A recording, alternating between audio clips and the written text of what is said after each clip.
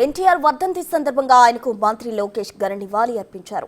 ఎన్టీఆర్ ఘాట్ వద్దకు తన తల్లి భువనేశ్వరితో కలిసి వెళ్లి నివాళి అర్పించారు.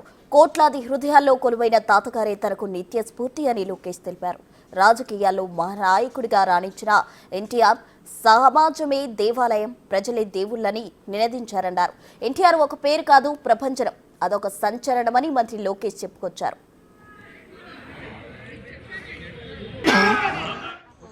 విశ్వవిఖ్యాత నట సార్వభౌమ స్వర్గీయ శ్రీ నందమూరి తారక రామారావు గారి 29వ వర్ధంతి సందర్భంగా పెద్ద ఆయనకి ఘన నివాళి అర్పిస్తున్నాం.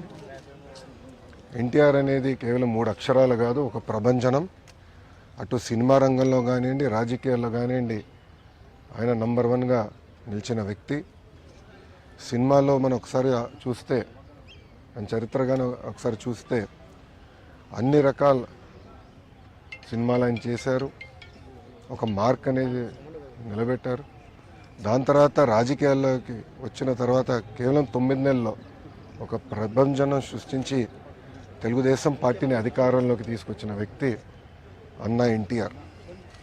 ముఖ్యమంత్రి అయిన తర్వాత కూడా రిలాక్స్ అవ్వకుండా ₹2 కిలో బియ్యం కానివ్వండి, పటేల్ పట్వారీ వ్యవస్థ రద్దు చేస్తాం కానివ్వండి, మహిళలకి ఆస్తుల్లో సమాన హక్కు కల్పిస్తాం కానివ్వండి, ఇట్లా అనేక సంస్కరణలు తీసుకొచ్చారు అన్నా ఎన్టీఆర్. అన్నా ఎన్టీఆర్ వల్లనే ఈరోజు తెలుగోళ్ళు తలెత్తుకుని తిరిగే పరిస్థితి వచ్చింది. ఆనాడు భారతదేశంలో తెలుగోళ్ళు అంటే మెద్రాసీలు అనేవారు. కానీ తెలుగు జాతి గర్వించే విధంగా ఆయన మన గలం ఢిల్లీలో వినిపించారు. ఆనాడు ఆయన బర్తరఫ్ చేస్తే కేంద్ర ప్రభుత్వంతో పోరాడి మళ్ళీ పార్టీ అధికారంలో నిలబెట్టుకున్న వ్యక్తి